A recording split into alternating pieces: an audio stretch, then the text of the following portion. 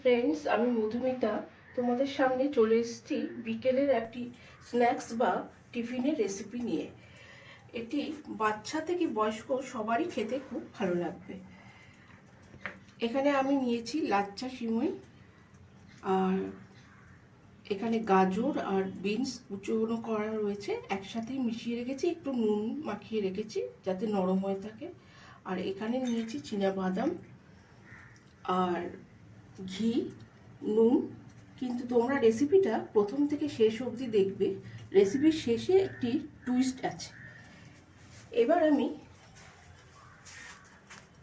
কড়াইতে 2 টেবিল চামচ ঘি দেব।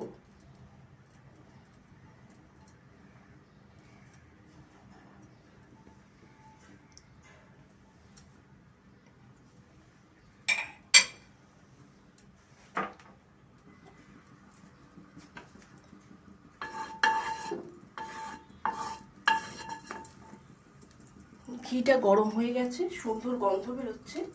এবার আমি এই লাচ্চা সিমইটা এর মধ্যে দিয়ে দেব।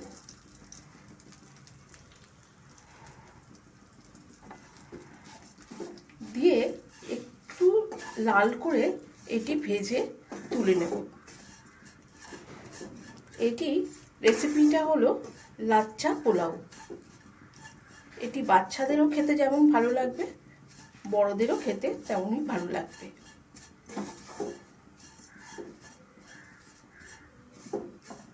তোমরা এমনি সিমই দিয়েও এটা করতে পারো, কিন্তু লাচ্চা সিমইতে যে টেস্টটা আসবে সেটা সাধারণ সিমইতে আমাদের সেই টেস্ট আসবে না। দেখো, এটা একটু লাল করে ভাজা হয়ে গেছে, এবার আমি এটা তুলে নেব। দেখো, লাচ্চা সিমইটা আমার ভাজা হয়ে গেছে। ভাজার পরে ঠিক এই রকম দেখতে হয়েছে, একটু লালচে লালচে দেখতে হবে। এবার আমি কড়াইতে 2 টেবিল চামচ সানফ্লাওয়ার অয়েল দিয়েছি। সানফ্লাওয়ার অয়েল দিয়ে এবার আমি এর মধ্যে প্রথমে এই বাদামগুলো একটু ভেজে নেব।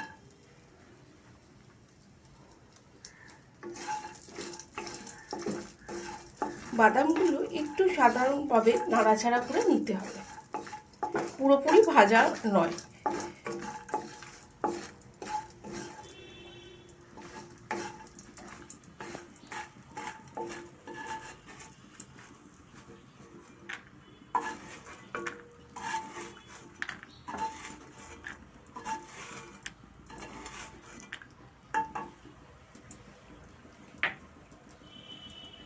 এবার এই তেলের মধ্যে আমি গাজর আর বিনসটা একটুখানি ভেজে নেব। এটা আগে থেকেই আমি নুনটা মাখিয়ে রেখে দিয়েছিলাম, তোমাদের বলেছি, যাতে একটু নরম হয়ে থাকে। শীতকালের গাজর বিনস হলে কোনো অসুবিধা হয় না। শীতকালে তোমরা এর মধ্যে কড়াইশুঁটিও অ্যাড করতে পারবে।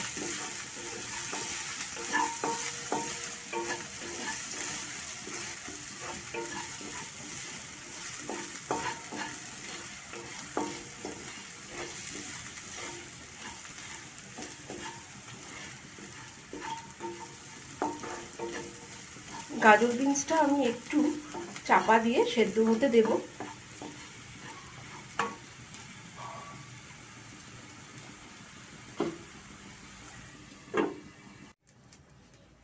এবার কড়াইতে আমি 1 চামচ ঘি দেব।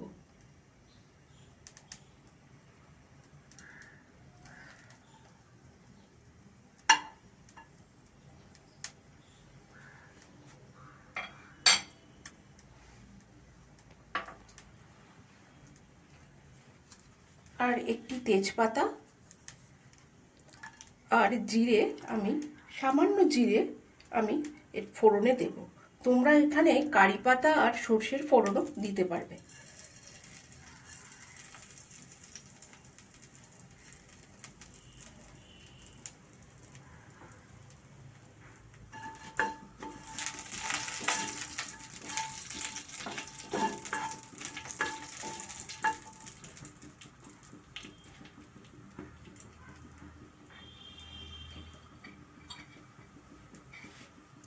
এই ফোড়ন থেকে সুন্দর গন্ধ বেরোচ্ছে।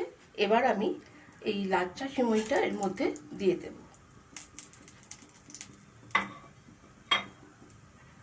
তারপরে দেব গাজর আর বিনস,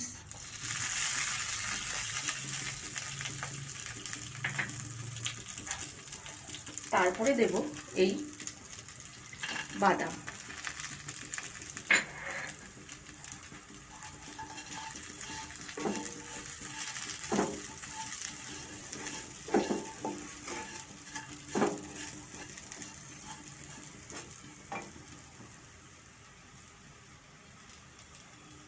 এই পুরো রান্নাটিতে আমি আমাদের সাধারণ নুন দেব না, আমি এটাকে আকর্ষণীয় করার জন্য এটাতে বিট নুন দেব।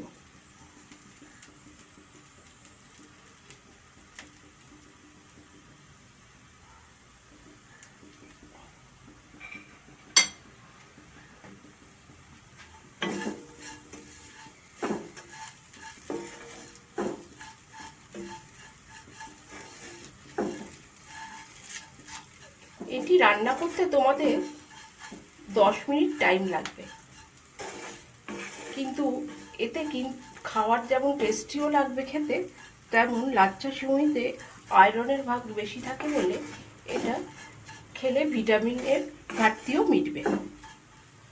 এবার আমি সামান্য পরিমাণে জল দিয়ে এটা চাপা দিয়ে দেব।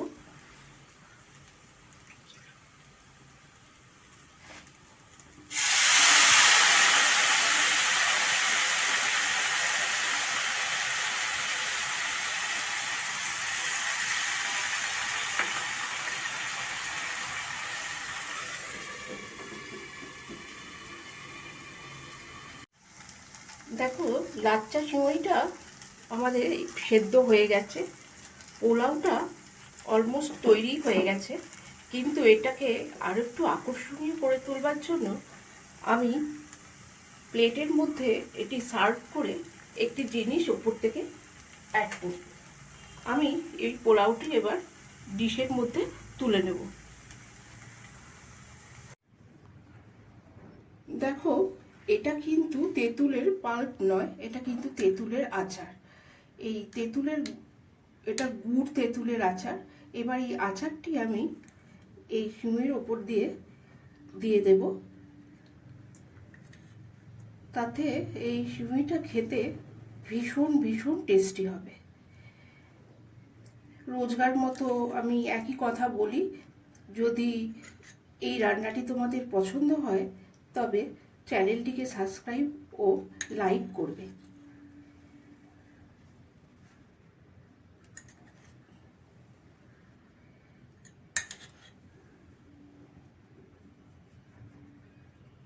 এবার আমি এটি টেবিলে সার্ভ করে তোমাদের দেখিয়ে দিচ্ছি।